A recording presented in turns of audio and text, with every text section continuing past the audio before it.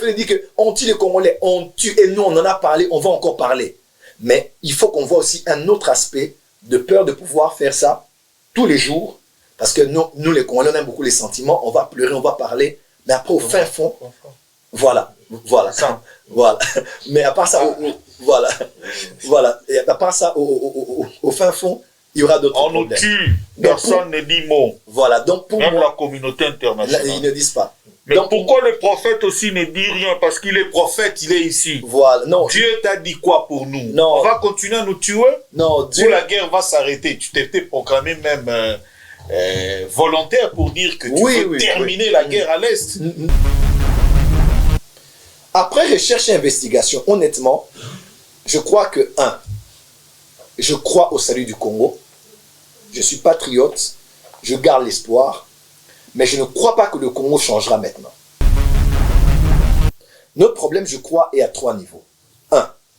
Il est au niveau économique. Ce qui se passe à l'Est, nous le savons, que les multinationales sont derrière, même derrière le Rwanda et d'autres pays autour des groupes armés et des milices. Nous le savons, elle est économique. Deuxièmement, elle est géopolitique. Il y a la politique derrière ça.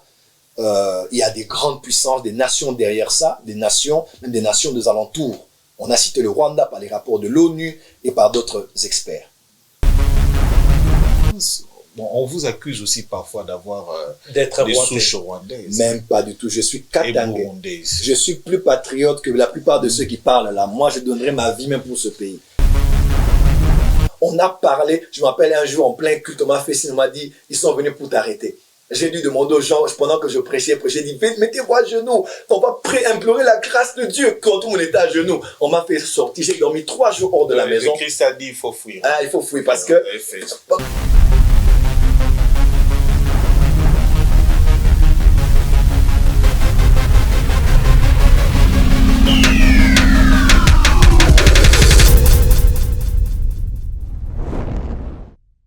De la création de la Société de Nations, un syndicat pour confédérer les nations dans le sens d'y mettre la paix par rapport aux conflits qui régnaient dans le monde, cette Société de Nations échoue et l'on crée une deuxième, c'est l'Organisation des Nations Unies, avec tous les objectifs dont un seul réuni autour de la paix. Les nations se comportent en rebelles, de guerre à gauche et à droite, une première et une deuxième. Bientôt, selon les avertis, on parle d'une certaine 3e guerre mondiale. Lorsqu'on regarde le contexte politique actuel, le monde est en train de bouger. Le premier pays le plus grand du monde, la Russie, d'un autre côté, le pays le plus puissant du monde, les États-Unis d'Amérique, avec ses alliés, autour de l'organisation de cette alliance de traité du Nord avec l'OTAN, l'on se pose autant de questions dont un seul point de rencontre est le conflit entre la Russie et l'Ukraine. Ce monde va en perturbant, ça titube. On se pose de questions d'où viendrait aujourd'hui la 3e guerre mondiale. Peut-on également contextualiser le domaine de la prophétie avec le conflit actuel dans le monde lorsqu'on veut considérer la grande prophétie ou la vision que Daniel a eue. Du côté du Moyen-Orient également, on parle de ce grand conflit d'Israël, ce peuple élu, ce peuple des dieux, d'où nous vient le salut, ce peuple qui a vu la recrudescence aujourd'hui de violence, cette grande nation dont on fait pour la plupart allusion par des prophéties et de serviteurs de Dieu, l'on se demande l'actuel conflit qui a comme objectif du côté d'Israël de pouvoir récupérer toute la Palestine. De questions qui taraudent les esprits autour de ce conflit. Y a-t-il de prophéties appropriées par rapport à Israël? Quelle attitude doivent avoir le chrétien par rapport à tout ce qui se passe au Moyen-Orient? Et nous allons bien sûr évoquer le grand pays avec une diversité de richesses. C'est un scandale géologique. Il s'agit de la République démocratique du Congo. Ce pays, 64 ans après son indépendance, ne décolle pas. Et c'est ce pays ici que l'on voit qui en son sein autant de prophètes, autant de serviteurs. Y a-t-il de prophéties appropriées spécialement pour la République démocratique du Congo? Il existe réellement de prophètes des nations au sein de la République démocratique du Congo et bien entendu de pratiques aujourd'hui qu'hier nous avons condamnées. C'est devenu un luxe, c'est devenu aujourd'hui dans le commun de mortels de pasteurs et des prophètes. On parle du port de talit, de kupa, pratiquement on voit le judaïsme dans l'église. Spéciale émission aujourd'hui en coprésentation avec le journaliste qui est installé ici en France, Abou Zanga, ancien directeur des infos de CCTV. Il est avec nous. Merci Abou Zanga d'être avec nous. Comment vous allez? Merci Roland, je vais très bien, vous? Oui, ça va très bien. Et l'invité spécial d'aujourd'hui, répondre à toutes ces questions, répondre à cette marmaille des inquiétudes autour desquelles les gens posent leur foi, c'est le prophète thaumaturge Joël Francis Tatou qui est avec nous. Prophète, bienvenue. Merci beaucoup. Vous vous sentez à l'aise? Très à l'aise. Après Anouka, vous avez organisé 40 jours de jeûne et prières, vous l'avez clôturé à l'Échangeur, à l'Imété, et vous avez également ici organisé une armée se lève. On voit des attitudes différentes aujourd'hui qu'on ne retrouvait pas dans l'église, que l'on retrouve dans l'église aujourd'hui. Vous vous sentez à l'aise? Attitude négative, positive. Ça dépendrait de l'opinion des gens. Mais la majorité, on dit que ce sont des attitudes négatives. Bon, je crois que... On est en bilingue, français-lingala, mélangé pour que tout le monde vous écoute. D'accord, je crois que c'est un peu plus le syndrome de Gédéon. Gédéon, très nostalgique, qui dit à Dieu, mais où sont les miracles que nous ont racontés nos pères en pensant beaucoup au passé? Jésus a dit, on ne met pas du vin nouveau dans les anciennes outres. Sinon, et le vin et les outres seront perdus. Il dit, mais tous ceux qui ont déjà pris le nouveau vin ont tendance à dire que le vieux vin est bon.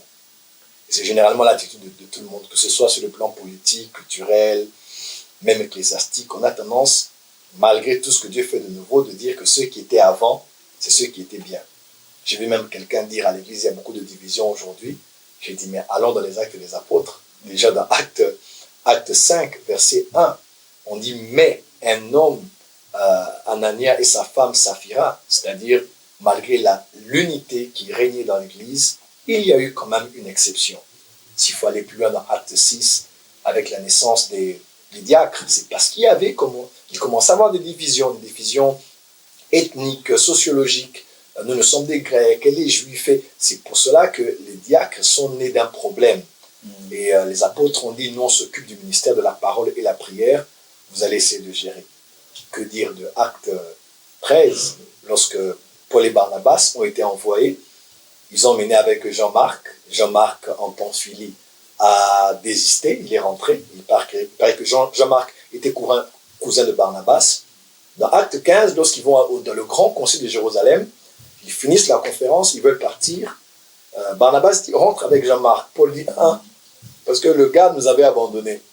Et il est écrit, il y a eu un dissentiment, une dispute, une discussion entre Paul et Barnabas. Voilà pourquoi Paul est allé avec Silas et Barnabas est allé avec Jean-Marc. En d'autres termes, même dans l'église, il y avait des conflits. Parce que là où il y a des hommes, on ne sera toujours pas d'accord sur tout. Des conflits de doctrine, des conflits d'opinion, d'approche. Mais ça ne veut pas dire qu'il n'y a pas d'amour, ça ne veut pas dire qu'il n'y a pas d'unité. On peut échanger tout en n'étant pas d'accord sur les mêmes choses. Mais on reste toujours l'Église de Jésus-Christ. Merci, prophète. Je voudrais poser une question fondamentale. Du côté politique, les experts ont essayé de trouver une solution pour mettre la paix dans le monde. Je l'ai dit dans mon entame, on a créé la Société de Nations, ça a échoué, on va créer par la suite l'Organisation des Nations Unies, avec laquelle nous sommes aujourd'hui, où on se retrouve, mais les conflits sont toujours interminables. On voit la situation qui se passe, cette configuration de ce conflit international aujourd'hui. La Russie, l'Ukraine, l'Occident, un peu, on est sur les qui-vive sur les qui-vive et on vient de voir en dernier l'attentat qui vient de se produire à Moscou où tout le monde sait que la Russie se prépare à attaquer maintenant et ce ne sera pas facile. Peut-on, dans le jour d'aujourd'hui, avec tout ce qui se passe dans le monde, le contextualiser sur le plan prophétique? Est-ce qu'il existe réellement une matière qui configure ces choses sur le plan politique, sur le plan prophétique? Exactement. Je crois que s'il faut même déjà définir ce que veut dire la prophétie, je crois que ce serait une bonne chose. C'est vrai qu'il y a plusieurs définitions de la prophétie. Nous croyons que généralement, prophétie, c'est juste... je vais d'abord définir. Une prophétie est d'abord et avant tout la manifestation du don de prophétie. 1 Corinthiens 12, quand le don de prophétie est manifesté, la parole qui sort, c'est ce qu'on appelle une prophétie, avec pour but d'édifier, d'exhorter et de consoler, selon 1 Corinthiens 14, versets 1, 2, 3 et 4. Deuxième définition, la prophétie est aussi une prédiction. C'est-à-dire, lorsque on parle de prophétie, on parle d'une parole qui vient prédire l'avenir. Troisièmement, une prophétie, c'est aussi une parole inspirée qui vient de Dieu par une personne saisie par l'Esprit et qui parle de sa part. Mais la prophétie, c'est aussi ce qu'on appelle une discipline dans le domaine de la théologie. En anglais, on parle beaucoup de Bible prophecy, c'est-à-dire quelqu'un peut avoir fait de cette science sa discipline sans pour autant être prophète, sans pour autant être pasteur. Il peut ne pas être même chrétien, mais il a décidé de pouvoir plonger un peu dans le domaine eschatologique, parce qu'il y a l'eschatologie musulmane, l'eschatologie catholique, il y a l'eschatologie évangélique. Donc, quand on parle de prophétie, on parle aussi d'une science, une discipline qui étudie les événements du temps de la fin et aussi de la vie dans l'au-delà. Donc, c'est ainsi que quand on parle de prophétie, dans votre contexte, on parle exactement des événements du temps de la fin, pour être beaucoup plus simple. Très bien. Donc, que disent les Écritures par rapport aux prophéties en parallèle avec les événements de ce temps?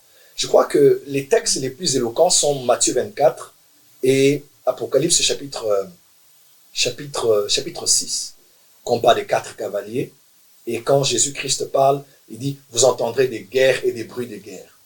Je crois que les hommes n'ont jamais su, disons, pendant longtemps cohabiter. C'est toujours la loi du plus fort. Nous sommes dans la jungle. Il y a eu plusieurs empires qui ont disparu, plusieurs royaumes qui ont disparu à cause de plusieurs autres guerres, de plusieurs autres hégémonies qui ont pris de l'ascendance. Et jusqu'à ce jour, ces guerres continuent. Elles peuvent avoir une forme militaire, comme ceux que nous voyons. Certains même vous diraient déjà que la Troisième Guerre mondiale a commencé. Elle est plus économique et technologique. Tout à fait. Ouais. Mais si on doit aller seulement dans le même sens de la Première et la Deuxième Guerre mondiale, il s'annonce beaucoup de choses. Mais je ne crois pas qu'ils vont s'accomplir tant que l'Église est là. Il y aura des guerres, il y aura des bruits des guerres, il y aura des conflits, des clashs entre des nations, mais je crois que c'est après l'enlèvement de l'Église que les prophéties vont vraiment s'accélérer, parce qu'à l'issue de... Bon, je vais un peu essayer d'aider tous ceux qui ne connaissent pas, qui ne sont pas habitués à... C'est un exercice difficile pour, comme on dit, le terme peut-être pour les non-initiés. Exactement. Donc, bon, c'est aussi un peu péjoratif pour certains d'autres qui entendent le mot initié. Exactement. Ça ramène toujours à l'occultisme, au satanisme. Mais on parle d'initiation à l'informatique, d'initiation à l'anglais. Bon, parlons dans ce sens-là. Donc voilà, allez-y. Tout simplement, par rapport aux Écritures, il y a plusieurs approches, mais la plus simple est celle-ci. Nous sommes actuellement dans la dispensation de l'Église, qu'on appelle de la grâce de l'Esprit. C'est 2000 ans après l'Église. L'Église est née en l'an 0. L'an 30, l'an 33, l'Église est née. Et jusqu'à ce jour, nous sommes à 2000 ans. Nous sommes encore dans la dispensation de la grâce. Le Saint-Esprit sur la terre, Jésus-Christ a été enlevé. Il allait nous préparer une place afin que là où il est, que nous y soyons aussi. Sur la terre, nous sommes là et nous sommes en train de gagner les âmes, évangéliser, et nous constituons ce qu'on appelle l'Église. Le temps viendra où, au son de la trompette, à la voix de l'archange, selon 1 Thessaloniciens 4 et 5, nous voyons clairement que l'Église sera enlevée. Les morts en Christ et les vivants nous seront métamorphosés pour être enlevés avec le Seigneur. sur la terre, il y aura ce qu'on appelle la grande tribulation de 7 ans, 3 ans et demi, durant laquelle vont prendre place les jugements de Dieu sur la terre, qu'on appelle aussi la colère de Dieu ou la colère de l'agneau. Il y aura les 7 sceaux, les 7 fléaux et les 7 trompettes. C'est ces différents types de jugements que Dieu fera tomber sur la terre, mais qui iront de manière ascendante. Et l'issue de cela sera ce qu'on appelle la guerre d'Armageddon, ou qu'on appelle la grande guerre qui va constituer même à l'issue de laquelle Jésus va revenir avec son armée selon les prophéties bibliques, et il posera ses pieds sur la montagne de Jérusalem, le mont des Oliviers. Là, nous sommes dans Zacharie chapitre 12, Zacharie chapitre 14. Donc, c'est autour de cela que Jésus reviendra. Pourquoi reviendra-t-il?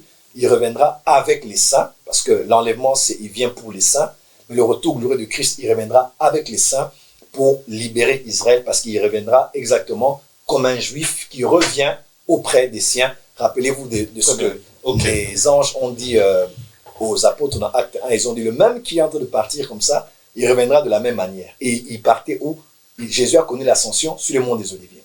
Il reviendra là. J'étais en Israël l'année passée. On a même vu le lieu exactement où probablement Jérusalem, la capitale du monde. Voilà, exactement là. Donc nous croyons que c'est vraiment avant le retour glorieux de Christ qui se passera vraiment la dernière guerre israélo-arabe, et Israël sera en cours. Parce que les prophéties bibliques expliquent clairement que tout ce qu'on voit actuellement ne sont que les mises en place. Il y aura une grande guerre connue de la Bible où Israël sera combattu par ses voisins. Il semble même que son grand allié, les États-Unis, aura à l'abandonner.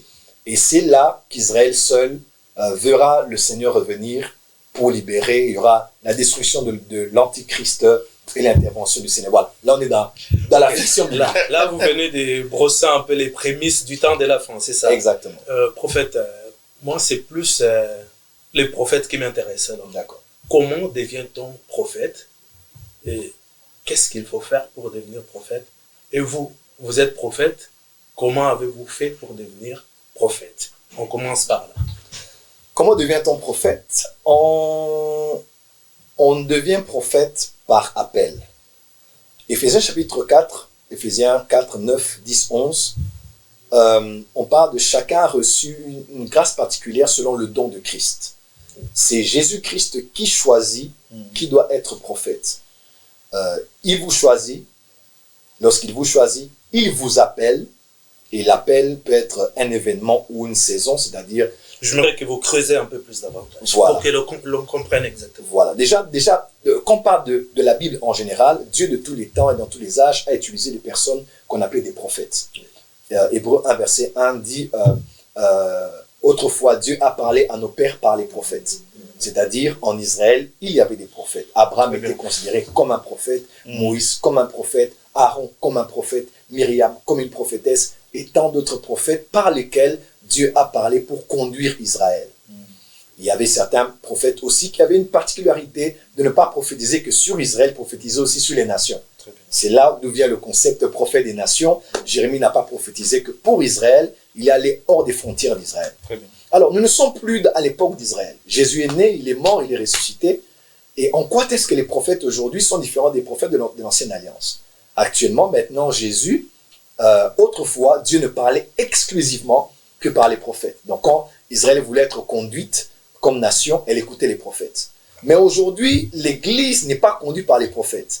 L'Église est conduite par le Saint-Esprit. Je vais en venir à votre réponse. Oui. L'Église est conduite par le Saint-Esprit. C'est-à-dire, tout chrétien aujourd'hui n'a pas besoin d'un prophète uniquement pour entendre Dieu, comme Israël entendait Dieu en consultant les prophètes. Là, vous parlez de l'Église corps de Christ. Corps du Christ. Là, autrefois, quand on voulait être conduit, on était conduit par la voix du prophète. Et actuellement, on dit, tous ceux qui sont conduits par l'Esprit de Dieu sont fils de Dieu. Maintenant, tous les chrétiens, vous, moi et tous ceux qui croient en le Seigneur, n'ont pas forcément besoin d'abord d'un prophète pour écouter Dieu. Alors, si on n'a pas besoin d'un prophète pour écouter Dieu, les prophètes viennent faire quoi dans le Nouveau Testament? C'est maintenant là où je viens à votre réponse. Christ, encore aujourd'hui, choisit des prophètes. Selon Éphésiens 4, 9, 10, 11, il choisit des apôtres, des prophètes, des évangélistes, des pasteurs et des docteurs.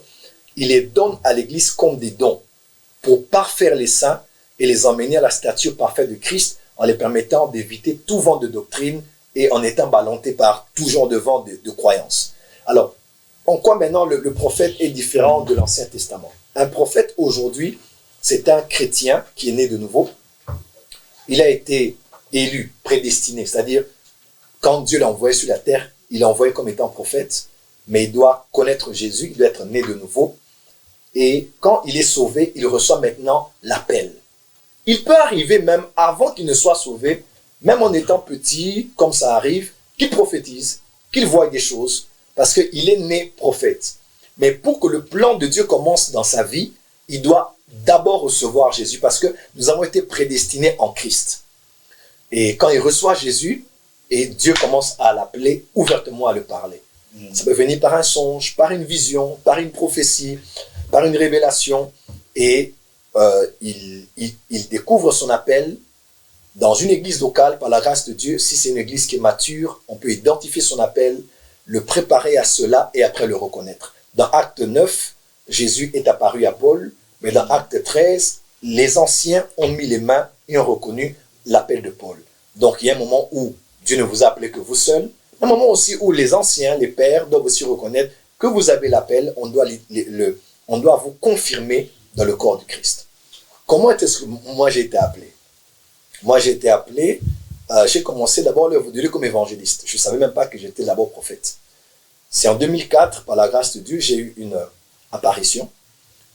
Un ange du Seigneur m'est apparu et c'est là qu'il a eu à me faire comprendre que j'étais appelé au ministère prophétique. J'avais déjà quelques signaux comme ça, mais je refusais ça parce que c'était à l'époque où à Kinshasa, il y avait une vague de prophètes qui avaient embrasé la ville. Je tais le nom. Un même était ici en Europe, en Suisse, il est rentré avec des Porsche, des Lamborghini, c'était le feu.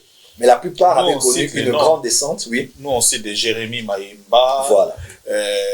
Timothée Kiessé, il y avait encore un autre qui était autour de Matété, tout ça, c'était ces jeunes prophètes qui étaient sortis. Très fort. C'était très fort. Vous mettez les histoires sur les postes téléviseurs, des choses, en fait, des choses comme ça. On vous donne même les... Voilà. Inca, Victoire, il y avait beaucoup de choses comme ça. Voilà, c'était cette vague. Voilà, mais pour la plupart, il y avait un grand déclin avec beaucoup de mauvais témoignages. Tout à fait. Maintenant, Dieu t'appelle prophète, tu es d'une bonne famille, tu es bien éduqué, tu es dans une bonne église.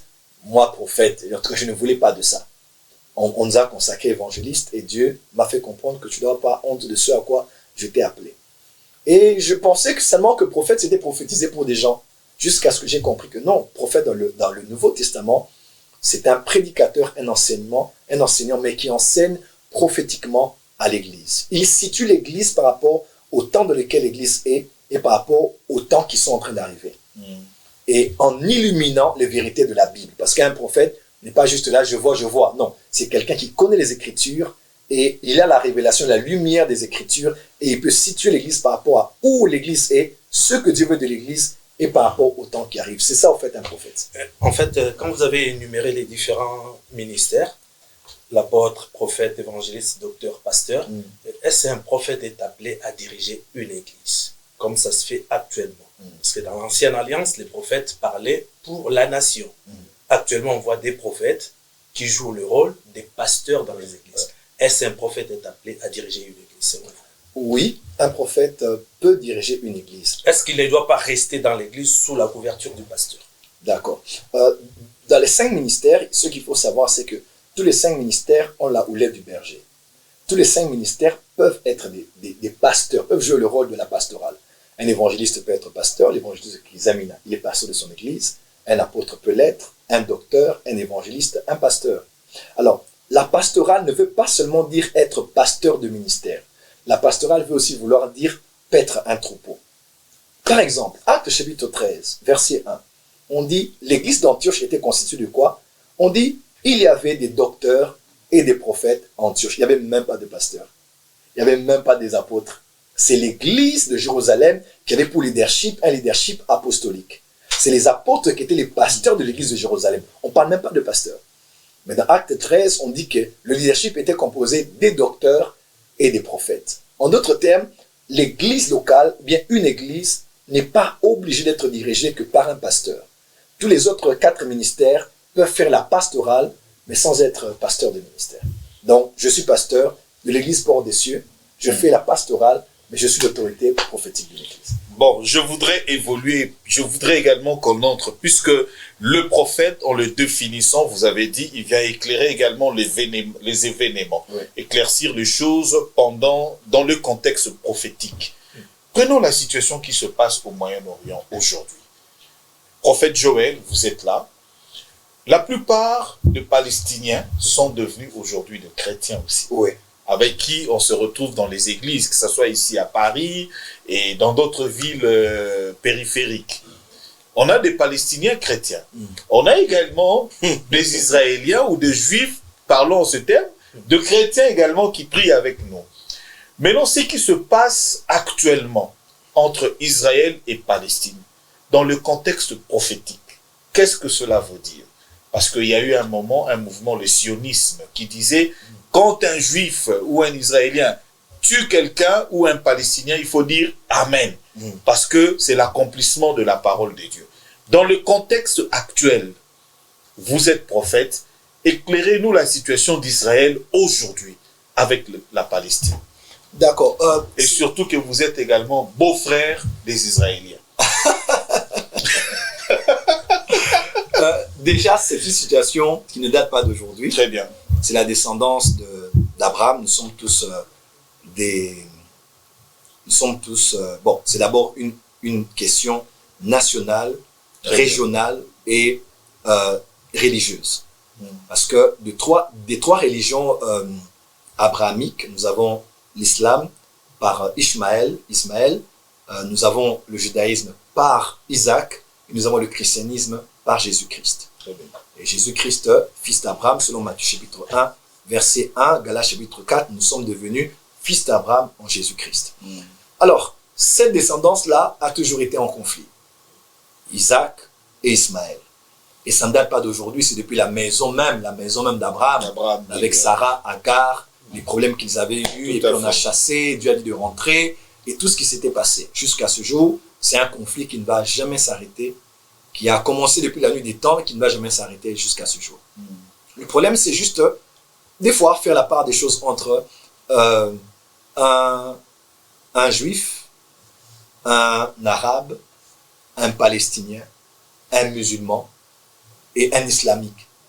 Parce que des fois, nous confondons musulmans et islamistes. Il y a beaucoup de musulmans qui sont très pacifiques, qui sont nos amis, nous parlons bien, on mange, on boit, on se retrouve. Moi, j'ai grandi au Nigeria, au Bénin.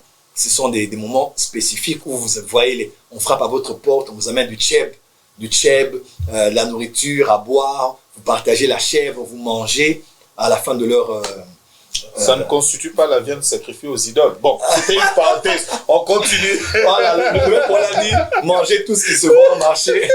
Voilà, tout est sorti par la parole et la prière. Donc, voyez, nous avons toujours vécu avec ces gens-là, peu importe leur religion, parce qu'il y a une différence entre les musulmans et les islamistes. Les islamistes, ce sont les extrémistes, utilisant la Shoah et plusieurs autres lois dont ils ont mis de l'emphase pour pouvoir dominer les nations et avec pour objectif de vraiment ruiner la nation d'Israël qui est vraiment leur ennemi juré. Par rapport à Israël, ma lecture est celle-ci par exemple. Pour moi, quand je vois ce conflit dont vous parlez, ma réaction comme prophète va dans différentes directions. Comme prophète et comme enfant de Dieu. Allez-y. Comme prophète, je dirais même théologien ou bibliste, je vois l'accomplissement de la prophétie biblique et surtout la résurrection de l'Empire perse. Si on va un peu plus au-delà de Hamas, Hezbollah, Israël, Palestine, il y a comme une résurrection de l'Empire perse. Vous savez, selon la vision même du roi, il y avait 4 empires, comme 4 métaux.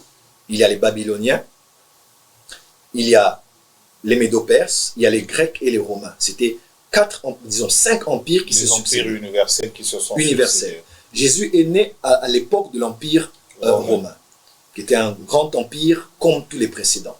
Alors, Daniel, notre frère, à l'époque de l'exil, a quitté Jérusalem, le Rome du Sud, et il est allé en exil. C'était une lignée royale. Ils sont allés, ils ont régné à Babylone dans l'empire babylonien et l'empire médo-perse. Mais c'était dans la même région, parce que les Perses étaient venus, ils avaient dominé les Babyloniens, et Babylone a transité d'un empire à un autre. Donc il a fait plusieurs années mais dans différents empires, parce que ceux qui étaient venus avaient appris ce qu'il était dans l'empire précédent. Alors, l'empire perse maintenant, cet empire-là, lorsque Daniel a reçu a lu les prophéties de Jérémie, il a dit, il devait s'écouler 70 ans. Il paraît que c'était la 68e année ou 69e année. Il a dit 70 ans pour que l'on quitte finalement l'exil et qu'on puisse rentrer finalement chez nous. Qu'est-ce qui se passe? Il se lance dans la prière et à l'issue de laquelle un ange vient qui s'appelait l'homme Gabriel. Un ange, il vient et il dit le jour même où tu as eu à cœur de prier, moi j'avais été envoyé. Mais seulement, quand j'ai quitté le 3e ciel, pour venir vers toi, j'ai été interrompu au 2e ciel par ce qu'on appelle le prince de Perse. Donc il y avait une entité spirituelle au-delà de l'empereur de Perse, du roi de Perse, il y avait un prince de Perse. Parce qu'à vrai dire, au-delà de chaque nation, à part le roi physique, il y a une principauté sur le plan spirituel. Et alors Dieu a accepté d'envoyer l'archange Michael. Rappelez-vous, on ne parle pas de Gabriel comme un archange. Généralement, nous, on appelle Gabriel archange. À vrai dire, Gabriel n'a jamais été signifié comme un archange, mais c'est plutôt Michael. Et Michael, selon Daniel 11, 12 même surtout, on appelle Michael, l'archange Michael, et le prince de la nation d'Israël. Il était venu intervenir parce qu'il fallait sortir la nation pour la ramener chez elle en exil. Et les Perses ont toujours eu comme une mainmise, ont toujours voulu dominer et régner. Et avec la Perse aujourd'hui qu'on appelle l'Iran actuel, l'Iran utilisant le Hamas, parce que le Hamas est un bébé de l'Iran, on a le Hezbollah au niveau du Liban, et passant par la Palestine pour régler des comptes, surtout les Arabes, pour régler des comptes aux Juifs qui sont au niveau d'Israël. Donc je crois que c'est un peu comme une redéfinition géopolitique de cette carte, de cette région-là, où les Iraniens sont en train de vouloir récupérer tout ce qui se trouve. Autrefois, c'était un empire qui commençait à partir de l'Inde jusqu'au niveau de l'Europe. Même la Bulgarie aussi était comprise, et plusieurs autres nations. Je crois que c'est ce qu'on est en train de voir aujourd'hui, et raison pour laquelle les attaques terroristes, même au niveau des États-Unis, qui sont alliés avec Israël, et ici. Et nous craignons même, les Jeux Olympiques sont en train d'arriver, il y a beaucoup à craindre. On a suivi le ministre de l'Intérieur français qui parlait déjà de ça. Il dit que bon, la France a quand même la capacité de maîtriser par rapport à d'autres pays, mais il y aura quand même parce qu'avec il y a des gens qui se sont qui ont eu l'idée de le faire bien avant de se préparer. Les dernières paroles du président français face à la Russie, c'est vrai qu'il est à la tête de l'Union européenne, mais engageant la France. Nous connaissons Poutine, ce n'est pas un enfant de cœur, surtout avec l'attentat qui a eu lieu chez lui. Il y a à craindre, c'est un peu mettre la poudre au feu. Et n'oubliez pas que la Russie a des relations un peu bizarres. La Russie a des relations particulières avec Israël. La Russie a aussi des relations particulières avec la Syrie et même l'Iran et le Hamas. Donc, il y a beaucoup de choses qui sont en train de se dessiner. Mais une chose est sûre que nous devons savoir, en tant que chrétiens, Dieu nous appelle, à prier pour la paix dans le monde. Dieu nous appelle, à prier pour la paix en Israël, à Jérusalem, parce que nous sommes des chrétiens. Nous avons hérité d'une Bible de 66 livres, qui est les livres saints des Juifs et des chrétiens. Dans Psaume, on demande de prier pour la paix de Jérusalem, même dans Ésaïe. Et troisièmement, puisque nous sommes à l'ère de la grâce a été offerte à tous, aux Juifs, aux Arabes, aux Palestiniens, aux Russes. Notre part maintenant, c'est de prier pour le salut du monde entier. Quand un Palestinien meurt, je n'acclame pas pour dire on a gagné parce que nous on est pro-Israël. Non, je suis pour Israël, mais je ne suis pas contre la Palestine. Je suis pour Israël, mais je ne suis pas contre les autres. Pourquoi? Parce que je prie aussi pour leur salut et pour leur rédemption. Je terminerai peut-être avec un voyage que j'ai fait au Burundi, ça fait quelques années. J'ai un ami, Bishop, il a été aussi candidat aux élections présidentielles, candidat malheureux au niveau du Burundi. Chez lui à l'église, il a reçu des missionnaires, parmi lesquels des Palestiniens. Et pendant qu'on parlait avec eux, il a dit, mais vous les chrétiens, des fois vous êtes compliqués parce que Dieu vous a dit d'aimer Israël, mais pourquoi vous nous haïssez nous? Et j'ai demandé pardon à Dieu ce jour-là. Parce que j'ai vu des Palestiniens chrétiens qui aiment Israël, qui ont même été fiancés avec une Israélienne. Et j'ai vu des fois que les débats sont toujours politiques et pourtant, au fond, les gens peuvent cohabiter ensemble. Moi, j'ai été à Bethléem. Bethléem est un territoire palestinien. Les gens cohabitent, vivent ensemble. Et même, voilà. Prophète, on va parler du Congo. Est-ce qu'il y a des prophètes au Congo? Comme il y a l'église de Christ au Congo, il doit y avoir des prophètes au Congo. Alors, 26 ans d'instabilité depuis la première guerre d'agression en 1998. Avec le RCD. Hein. Oui, à l'époque du président Laurent Désiré Kabila. 26 ans, les Rwandais nous malmènent. Quel message? Nous avons prié, nous avons gêné, on a organisé des journées de prière, des jeûnes. Quel message Dieu nous donne? Quel message prophétique pour la situation de l'Est et de la République démocratique du Congo? Lorsqu'on dit dans la Bible que David consulta l'Éternel, certains théologiens disent que ce n'est pas forcément que David consultait les prophètes. On dit David avait avec lui autour de son règne une tribu, la tribu des fils d'Issachar. On dit ils avaient l'intelligence des temps et des saisons. Tout à fait. Ils avaient une lecture particulière pour savoir où Israël est et ce qu'elle doit faire. Dans la théorie des tribus perdues de la nation d'Israël, on dit que Ruben, ce sont les Français. On dit Dan, c'est au niveau du Danemark. Ruben, voilà pourquoi Ruben a suivi la couche de son père. Les Français n'aiment pas l'autorité, ils insultent leur président, ils ne respectent pas les parents, il semble que c'est le cas. Et on dit que les fils d'Issachar sont ceux qui sont allés au niveau du Mexique. Vous allez voir même dans leur bannière, ils ont un âne, ils ont l'étoile, la lune ou le soleil. Parce qu'on dit que les fils d'Issachar étaient des astronomes. Ils lisaient les cartes du ciel. Ils lisaient les temps et les saisons. Donc on dit que David, le roi, consultait.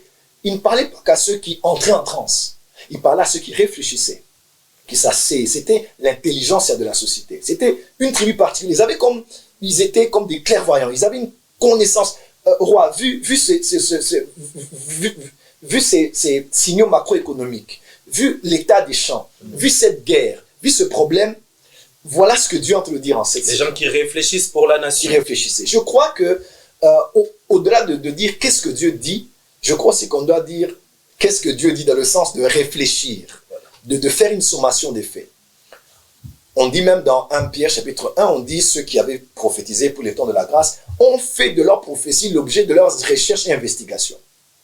Après recherche et investigation, honnêtement, je crois que, je crois au salut du Congo, je suis patriote, je garde l'espoir, mais je ne crois pas que le Congo changera maintenant. Je vais être honnête. Le Congo ne changera pas maintenant. Pas maintenant, non. Sinon, c'est vendre aux gens des rêves. Pourquoi il ne doit pas changer maintenant? Parce que le passé crée le présent et le présent crée le futur. Nous sommes la sommation aujourd'hui des décisions, des choix qu'on a fait hier. Et nous serons demain la sommation des choix qu'on fait aujourd'hui. Mais aujourd'hui, les choix que l'on fait ne sont pas bons. Surtout par rapport à la réflexion. Je crois qu'il faut, je l'ai dit dans une de mes prêches, j'ai demandé officiellement au ministre de la Communication d'être un peu plus explicite. Je l'ai fait comme Congolais, du haut du... Le ministre Mouyaya. Mouyaya, qui est quelqu'un qui nous est proche aussi. Tout à fait. Mais j'ai parlé au nom de tous les Congolais.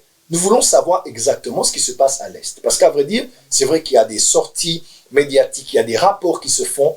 Mais allez demander aux Congolais, aux Kinois de la rue, qu'est-ce qui se passe vraiment à l'Est? On ne saura pas vous expliquer.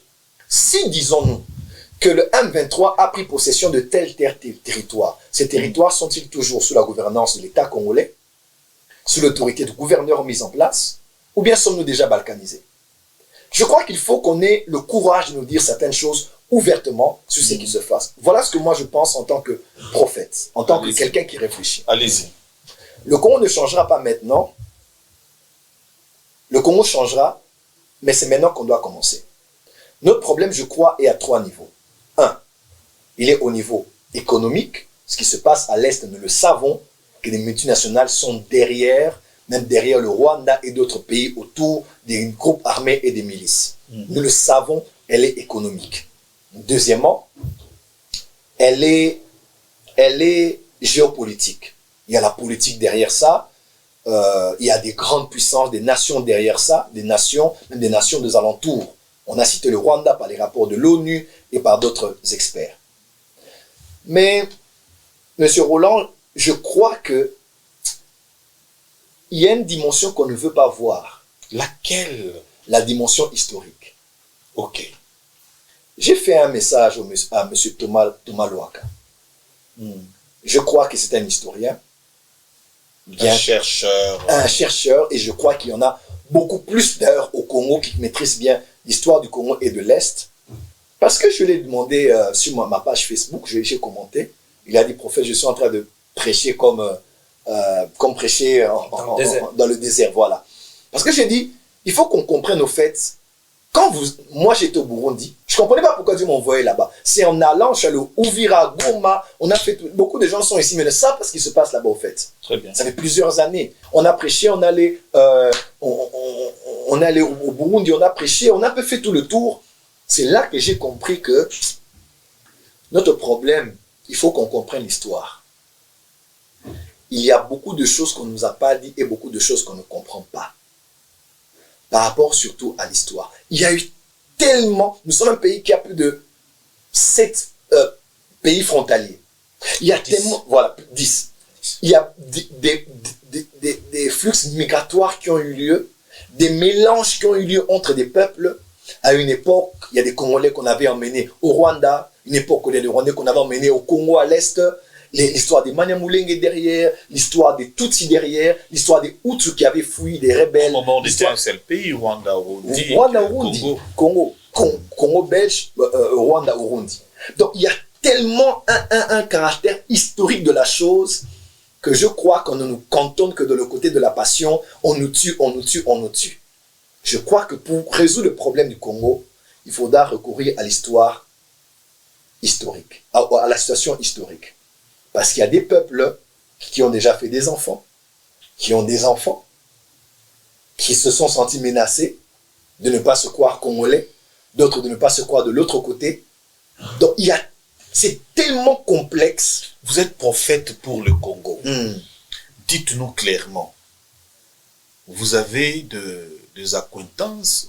Bon, on vous accuse aussi parfois d'avoir des souches rwandaises. Même pas du tout. Je suis katangais. Je suis plus patriote que la plupart de ceux qui parlent là. Moi, je donnerais ma vie même pour ce pays. Chaque fois que je parle du pays, il y a même ma propre mère qui me dit ne parle pas. Moi, j'étais arrêté à l'époque du président Kabila. Nous, on a parlé en public au point où les renseignements militaires étaient dans notre église. La plupart des pasteurs ne parlent pas. Nous parlons. Et nous ne parlons pas juste pour parler. On a parlé, je me rappelle un jour en plein culte, on m'a fait signe, on m'a dit, ils sont venus pour t'arrêter. J'ai dû demander aux gens, pendant que je prêchais, j'ai dit, mettez-vous à genoux, on va implorer la grâce de Dieu. Quand tout le monde était à genoux, on m'a fait sortir, j'ai dormi 3 jours hors de la maison. Christ a dit, il faut fuir. Ah, il faut fuir, parce que, pourquoi? Parce qu'à l'époque, l'ANER, il fallait bien faire. Parce qu'on disait la vérité. On disait que ce n'est pas bien, on était contre ce qui se passait, contre la corruption, contre la manipulation des gens de l'Est contre nous. Donc, je suis quelqu'un qui est très radical de ce côté-là. Mais je crois que, à part la passion, il faut entrer aussi au niveau de la raison. Allez-y. Notre problème... Là, vous attaquez la raison. C'est la raison. Il y a dans 2 niveaux, c'est-à-dire, on doit comprendre clairement qu'est-ce qui se passe à l'Est. Très bien. Il faut qu'on nous dise clairement et ouvertement. Il y a des milices. Combien de milices y a-t-il? Ils sont exactement où? Ils sont à la porte de Goma. Que font-ils là-bas? Pourquoi sont-ils arrivés sans que nous en soyons au courant? Où est cette histoire du régime militaire qu'on avait imposé? Est-il déjà fini ou pas? Vous voyez un peu tout ce qui se passe là. Nous n'avons pas, il me semble qu'on n'a pas une bonne information de ce qui se passe vraiment. Mais qu'est-ce qu'on peut faire? On prie et on attaque les personnes qu'on peut attaquer. Mais au fin fond, allez demander aux gens qui sont à l'Est, qui sont à Ituri, à Uvira. Ils vous donneront peut-être d'autres versions. À un moment, on disait, là-bas, il y a la guerre. Ils vont dire, ici, il n'y a pas la guerre, on est là. Mais il y a une amplification médiatique. Et pour des raisons économiques derrière, ou pour une manipulation de certains politiciens, même qui sont ici. Donc ici, j'aimerais parler ouvertement. À part le fait de dire qu'on tue les Congolais, on tue, et nous, on en a parlé, on va encore parler. Mais il faut qu'on voit aussi un autre aspect de peur de pouvoir faire ça tous les jours. Parce que nous les Congolais, on aime beaucoup les sentiments, on va pleurer, on va parler. Mais après, au fin fond, voilà. Mais à part ça, voilà. Et à part ça, au fin fond, il y aura d'autres problèmes. On nous tue, personne ne dit mot. Voilà, donc pour même la communauté internationale. Ils ne disent pas. Mais Donc, pourquoi le prophète aussi ne dit rien? Parce qu'il est prophète, il est ici. Voilà, non. Dieu t'a dit quoi pour nous? Non. On va continuer à nous tuer? Non, Ou la guerre va s'arrêter? Tu t'étais proclamé même volontaire pour dire que tu veux terminer la guerre à l'Est. Nous le disons haut et fort, nous sommes en guerre. Mais Élisée, parfois, entrait dans le conseil de guerre Voilà, comme c'est là où prophète. j'allais en venir, prophète. Et il dénonçait, il disait, voilà, vous allez attraper les troupes, ils viennent comme ça, ils sont frappés par d'aveuglement. Et les militaires, on vient récupérer les ennemis. Mais le prophète du Congo, le prophète du Congo, vous allez répondre une fois pour toutes. Vous ne voyez pas ce qui se passe. Pourquoi on n'attrape pas? Roland, il en parle. Qu'est-ce qui se passe, dans prophète? la Bible, Élisée voyait ce qui se passait au conseil des guerres de la Syrie. Et nos prophètes, quand les multinationaux, les Rwandais, tout ce qui nous font du mal, complotent pour les Congo, pourquoi vous ne voyez pas? Il n'y a aucun prophète qui vient nous donner un message clair, précis pour la situation de notre pays. Aucun.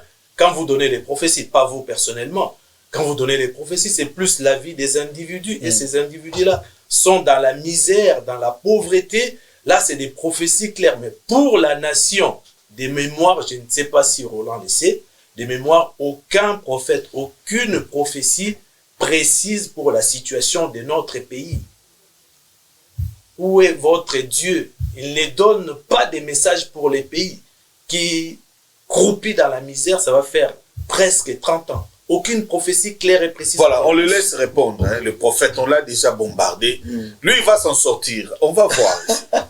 Allez-y, prophète. Bon, je ne ferai pas la victime, mais je crains pour ma propre personne qu'on ne m'écoute pas. Je ne fais pas la victime. Je sais certaines personnes qui peuvent être écoutées, qui sont écoutées. Ça fait le gouvernement précédent, celui-ci. Je sais qu'on nous écoute, nous avons déjà été reçus aussi. Mais dans le domaine prophétique, nous n'avons jamais été consultés. Moi, personnellement, je n'ai jamais vu une autorité me chercher pour me dire « Vous êtes un prophète de notre pays. » Des fois, on fait appel aux musiciens, aux acteurs culturels pour nous représenter. Il semble que vous écoutez Dieu. Que dit Dieu? On n'a jamais été consulté par rapport à ça.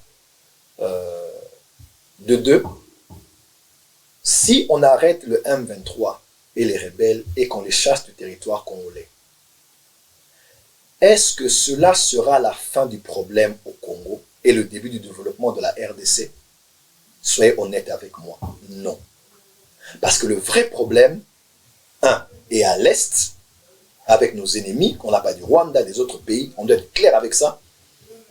Mais le vrai problème aussi, en deuxième lieu, c'est aussi le Congolais lui-même. Et ça, je peux vous donner 15 000 prophéties. Mais aucune nation n'est plus grande que la mentalité de son peuple. Notre mentalité a un virus comme avec les ordinateurs. C'est la mentalité de la corruption. Malgré les efforts de l'IGF. Vous ne croyez pas au travail de l'IGF? Nous croyons, nous avons été reçus par le numéro 1 de l'IGF, mais même le chef de l'État lui-même le reconnaît. En parlant des erreurs du passé et de ce qui se passe jusqu'à ce jour, il y a une corruption qui n'a pas de nom. En RDC. Nous sommes des panafricanistes. Nous saluons d'ailleurs la présence de notre nouveau président au niveau du Sénégal. Nous avons plaidé, prié pour ça, travaillé. J'étais allé de Corée, j'étais au Sénégal. Nous parlons avec beaucoup de panafricanistes ici en Afrique. Au-delà de dire que le problème de l'Afrique, c'est la France, le problème de l'Afrique, c'est l'Amérique, on ne va pas continuer à pleurnicher comme ça. Quand Lumumba est mort, ce n'est pas un blanc qui l'a tiré dessus. Quand Mosé Laurent Désiré Kabila est mort, ce n'est pas un blanc qui l'a tiré dessus. Vous pensez à Lumumba avec votre coiffure? Oui, oui, exactement. Moi, je suis têté du côté de ma mère. Ah, oui. Le lien de sang. C'était là que ma Fumbe. Ça ne quitte pas. Le lien de sang. Ça ne quitte pas. C'est les liens de sang et nous sommes fiers de ça. Voilà. D'accord. Quand Thomas Sankara est mort, ce n'est pas un Allemand, un Français qui l'a tué. Ce sont les propres Africains, nos propres frères qui ont fait ça. Blaise Compaoré. Blaise Compaoré et tant d'autres qui ont livré Nelson Mandela et autres. Mais c'était des Noirs. Donc juste pour dire que on peut chasser tous les Blancs. On peut dire que c'est la faute des autres. Mais à vrai dire, ils ont croisé les mains et nous suivent sur France 24 en train de voir comment nous vivons comme des animaux. Excusez-moi d'aller aussi dur. Allez-y. Regardez comment le Congolais vit déjà au pays. Regardez comment nous vivons nous-mêmes aussi au niveau de la diaspora. Regardez comment nous vivons dans nos propres familles, dans nos propres quartiers. Que dire même de l'Église? S'il faut qu'on aille parler de l'Église du Congo, par exemple, là. Juste prends l'Église du Congo. Quel est le modèle et l'exemple qu'on peut être pour les autres? Corruption ici pour être président de telle structure. Corruption là-bas pour qu'on puisse... Donc, il y a la corruption est systématique à tous les niveaux. Je crois que nous avons des ennemis extérieurs. Mais je ne pense pas qu'il y ait pire ennemi que l'ennemi qui est à l'intérieur, qui est le propre Congolais. On dit des fois le Congolais est malade. Ce n'est pas la faune qui est malade, la flore, ce n'est pas l'eau, ce n'est pas l'air qui est malade. Mais c'est la mentalité du Congolais qui est malade. Et pour ça, on a un travail dans notre génération, en commençant par les hommes publics, nous les pasteurs, notre manière de prêcher, notre manière de vivre, nous les journalistes, nous les musiciens, nous les acteurs culturels, nous les politiciens, nous qui sommes dans la législation des lois, tout ce que nous faisons là doit maintenant travailler. Regardez à l'époque de Mosé Kabila, il a dit, personne, il n'y a aucun taxi où les gens seront à 3, je crois, à 3 ou à 4 derrière. 3 derrière. 3. Puisque la loi était tombée, les choses ont changé du jour au lendemain. Pourquoi? Vous saviez qu'il y allait avoir un peu de la chicote. Je parle comme patriote, je crois que la démocratie n'a pas de place au Congo. C'est là. Ouais. Là, vous énumérez les problèmes. La solution, comment sortir de cette situation de corruption profonde? Que faire concrètement pour que le Congo décolle? Surtout que vous êtes injuste lorsque les fondements sont renversés. Oui, que C'est faire? juste. Oui, c'est exactement dans ce que je suis en train de dire maintenant. Parmi les nations que j'ai eu à étudier profondément, j'ai étudié le Japon, j'ai étudié le Singapour. Lee Kuan Yew, par exemple, qui était célébré par tant de leaders politiques religieux de son vivant et à sa mort, a trouvé un marécage, un terrain marécageux. Mais il a fait de ce lieu un des pays les plus riches, propres du monde entier. Allez regarder le nombre d'amandes qu'il y a là-bas. Vous utilisez la Wi-Fi de quelqu'un à côté, 5 000 $. Vous jetez un chewing-gum à côté, vous avez le papier, 3 000 €. Vous avez, même si vous êtes de l'opposition, vous avez Crachez pas dans la rue. Crachez pas. Vous avez un lieu spécifique où vous allez crier avec un temps spécifique, c'est fini, vous rentrez. Il n'y a pas d'histoire de brûler les camions, tuer les gens, ça n'existe pas. Et je crois que John Maxwell a dit qu'il s'agisse d'échec ou de réussite, tout dépend du leadership. Que ce soit au sommet de l'État. Et ceux qui sont autour, beaucoup de gens disent c'est la faute des pasteurs que le pays est mort. Non, quand les gens ont fait des contrats miniers là, Léonel, est-ce que nous on était là? Les contrats chinois. Nous on n'était pas là. Chacun a sa responsabilité.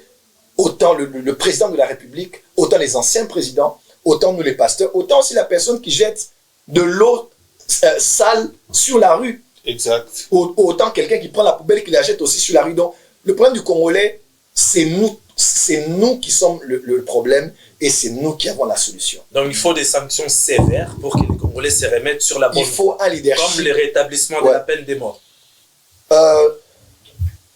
Sanctionner sévèrement les voleurs de la République, les criminels, tout ce qui fout les désordres dans les pays. La peine de mort, je n'approuve pas, mais je comprends. Le contexte, vous comprenez le contexte dans lequel je comprends. C'est un le peu comme dire moratoire que a été levé. Si je prie pour qu'on aille en guerre et qu'on tue les gens là-bas, c'est que je suis chrétien, j'accepte que les gens puissent mourir. Ouais, on doit aussi pas être hypocrite. On a prié pour l'armée, pour la FARDC, on a prié pour que les ennemis meurent. Tu vas pas commencer à dire que la peine de mort alors c'est injuste, c'est beaucoup plus injuste que le fait de tuer les gens. On doit être clair. Je n'approuve pas en tant qu'humain, individu, personnellement, mais je comprends. Je crois que notre chef de l'État, qui nous suivra peut-être, on le fera parvenir cette vidéo, je crois que le Singapour ou d'autres pays qui ont été développés ont été développés par la dictature, et la dictature sociale. On n'a pas besoin d'avoir autant de chaînes de télévision. Moi, j'ai étudié un peu la psychologie des Rwandais.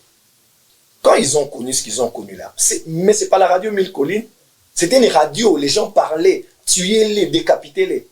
Nous ne connaissons pas le pouvoir d'une radio, nous ne connaissons pas le pouvoir d'une émission, nous ne connaissons pas le pouvoir d'une chaîne de télévision. Aujourd'hui, on a beaucoup de chaînes de télé et des radios, et depuis qu'on nous a donné TikTok, même n'en parlons pas, on a des youtubeurs ici, on a des blogueurs là-bas, pour amener le peuple à quoi? Dépravation de mœurs, sexualité ouverte à outrance en lingala, insulter ici, débat là-bas, et puis on va se dire, on nous tue, 1-23, on ne changera pas le pays comme ça. Je crois qu'il faut un leadership fort au sommet de l'État. Il faut des sanctions sévères. Il faut que des chaînes de télé ferment. Il faut que il faut que d'autres d'autres opposants soient arrêtés. Il faut que d'autres collaborateurs du chef soient arrêtés. Il faut que d'autres personnes on puisse les faire taire. Comme ton aîné l'a dit le jour de l'investiture. Oui. Le pasteur Roland Dallot, que vous aimez beaucoup. Énormément, c'est un mentor.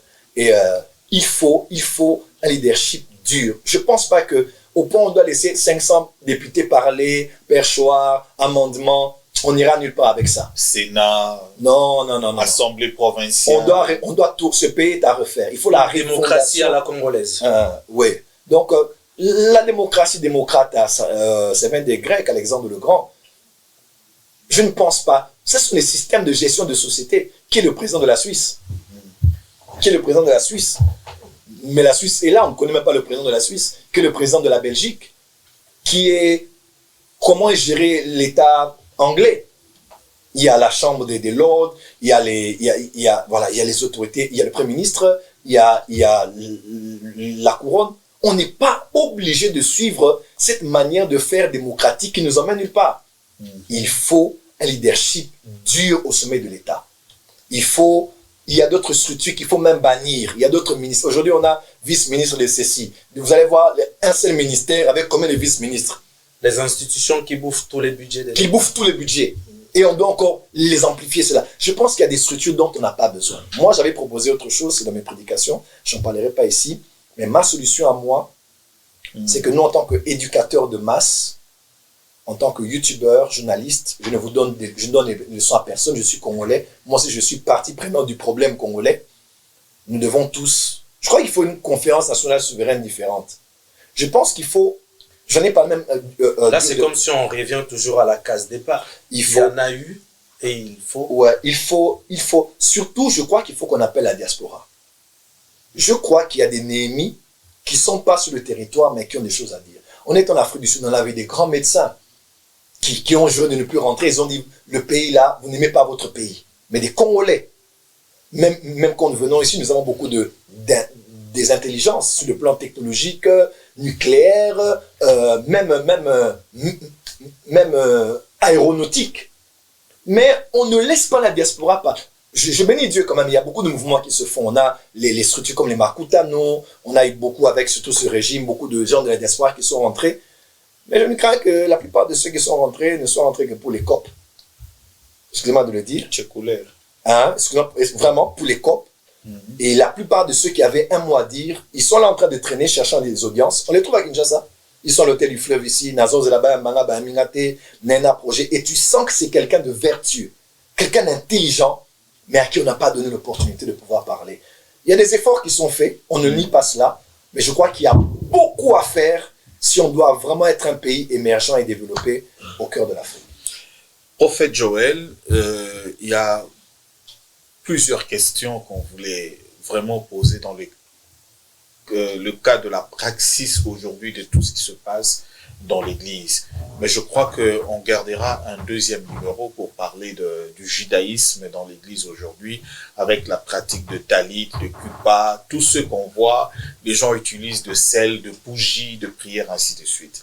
Mais je pose une question lorsque vous regardez la caméra, observez bien parce que vous êtes prophète. La République démocratique du Congo a une diversité culturelle, plus de 450 ethnies. Chaque ethnie a des origines. Et pour la plupart, nos origines, ce sont des origines soit sorcières, soit coutumières, on parle de chefs coutumiers, ainsi de suite, qui vaut pour certaines personnes, même s'ils sont chrétiens, même s'ils sont là, mais ça demande toujours, il faut couper le lien, ainsi de suite. Regardez le Congo, comment il se présente. Regardez aujourd'hui les pratiques que nous avons même amenées aujourd'hui au Congo dans l'église. Le judaïsme qui est dans l'église, on commence à utiliser même Kibokoko, je l'ai dit en lingala, Kibokoko Yabayuda. Nous l'avons même emprunté pour le Congo. Ça fait deux pratiques coutumières. Hein? To sangisi ami. Ouais, bisomoko to bengi yango bondoki. Na ba problème nango to zususo pe Yabayuda na bondoki na bango to sangisi. Prophète des nations. Otali caméra. Oyeb ça va congolais nini. Pona lelo vraiment Congo, même sur le plan spirituel. Parce qu'il faut la paix, état spirituel, état d'âme spirituel, hein. Il y a Mboka Congo. Ça, c'est la parole que je te donne au Kenango au clôturer. Un message aussi pour la nation congolaise. Prophète Joël Francis. Bon, sujet au lobby, et ça, sujet moko, et aussi une émission Mobimba. Nous ça matin à moko sur la spiritualité africaine à la lumière de la Bible. Parce que 30 ans passés, mouvement Mouniene na Mons, après le livre de Rebecca Brown, il est venu libérer les captifs. Mouvement de combat spirituel et botami. On a la botami une église à combat spirituel. Le ministère international des Boré a coupé beaucoup pays à les États-Unis, il a payé mon beauté. Je connais. Oyo, Télémela qui m'a cassé, pratique à sorcellerie. Ici, il a exprimé la coutume, la tradition africaine, oyo détruit la vie, la famille, la mot qu'on a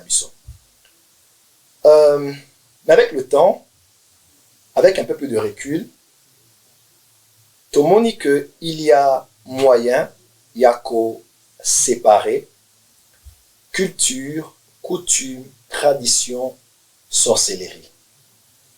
Pour coutume nyo sotende ezamabe, culture nyo sondete ezabondoki, bokoko nyo sotende ezabo satana, na Bible bokoko nyo sotende ezabo satana, pour biso to bikaka bokoko donc okanisi malamu kindoki.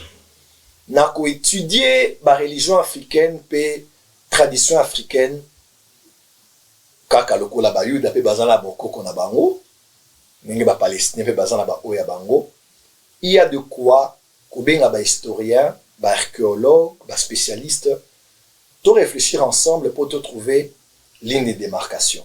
Kindoki ezama B, magie ezama B, kibo nyonso o eza ya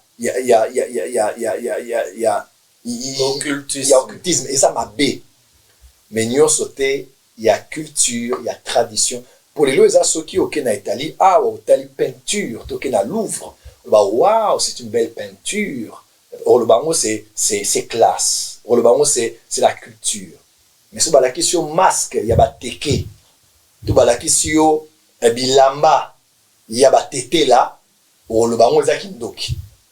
Voilà, tate. Mundele a Bisayo, je vais en campagne, je vais dans mon village. Moi, je suis dans un Istre, village, moi, à peu près 10 000 habitants. Mais yo, Ibsa, Moutou, n'a qu'un village, n'a plus de vacances. Ah bah, baro lokayo, baro bomayo, baro Rosongate. Rosongate, moi un peu. Donc, généralement, tout ça, moi, complexé, il y a qui mundele n'est trop kumisa, mais abisso trop kumisa. Comment, en tant que chrétien, qu'on l'est occupé pour célébrer culture nayo, sans pour autant tout na kati na kindoki. Donc pour nangai par rapport à elo lobby et au sein émission au bimba pour chef coutumier à la place na mboka tout le monde qui derrière papa mon kondi na biso à le beli biso moi likamo na vidéo qu'on est no ça c'est qui parce que à ça la raison pour biso tout le monde qui a chef coutumier au monika ka ba un signe à majesté à pouvoir tout le monde kindoki on appelle ça complexe ya mundele au que nous on a na musée awa on doit mais si beau quand ba photo mais abino moko ba to mwindu o lobenga o kindoki alors na émission sous na kanisi que to lobelango bien pour tout la o ya mabe na o ya malam o to koki kozwa to lobelango bien pour rafia to boyi kolata métallique to tiela merci beaucoup prophète d'avoir accepté pour ce numéro spécial, c'est cette émission spéciale ici à Paris, Saint-Denis, au studio Kembo. MK. Voilà, merci beaucoup à notre frère, c'est un Congolais qui a préféré également faciliter la tâche à d'autres Congolais qui pratiquent la profession de pouvoir enregistrer ici, surtout des journalistes réfugiés politiques comme Abou Zanga. Nous, on revient avec les prophètes. Mais vous êtes installés ici. Merci de nous avoir donné cette opportunité. À vous aussi, votre humilité, votre disponibilité de venir. Et désormais, le prophète est abonné ici. Hein. Il est abonné ici pour ses émissions. Merci beaucoup. Alors, vous suivrez cette émission dans les différentes plateformes, donc les réseaux sociaux, sur YouTube. Vous allez le suivre dans les différentes plateformes et distribuer à travers le monde pour que vous puissiez comprendre ces choses. Ne pas critiquer de loin, mais il faut oyoka, bosindo, osali, poser jugement, otali o balobi, otali pe, pona okende liboso. Torum na tango prophète abiza ko renverser ba fondement ya kala. Azape ne loro moka loba ki tozongela ngwa e komi ko sala pe moi e komi viral. Alobi repentance te sous repentance te otikango buta mate ya mususu. Bon, torulinga to comprendre contexte sa musu bat bazwa ki kaka eloko bakati yango kaka place wana ba yoki bandelité pourquoi lobaki yango akoma na eloko botika mo parti wana. Nakanisa eloko wana pe okondimbo lango ou bien lobe anka mukeza nini comme ça tout clôturer na biso. Repentance eza fondation andako. Batiaka fondation au sans fondation au télémiselo au moroté. Mais avant dans la fondation té. Après fondation faut télémisa matsa 1 2 3 niveaux. Repentance eza fondation Hébreux 6 verset 1 eza la fondation avec chrétienne. Mais trova nara wanate. Faut tomata. Repentance eza miliki. Tumela on a bomwana. Mais âge mususu pe tolia ka pe tumela rablo mususu. Mais tumela ka miliki titan toza ba mikolo. Repentance et Olanda biso kaka. Tout à fait. Mais ça les sous fondamental te oyo kaka yango so ezate to ça leur mususu pour bébé amelaka miliki aller en mususu. Merci pasteur Abou Zanga, ancien directeur des informations de CCTV. Merci au prophète Joël, merci au réalisateur, merci au studio MK. Au revoir. Et on a oublié de remercier également maman Simiane Tatou qui est en studio pour son nouvel album. Merci à vous aussi d'avoir bousculé le prophète pour venir à l'émission. Au revoir.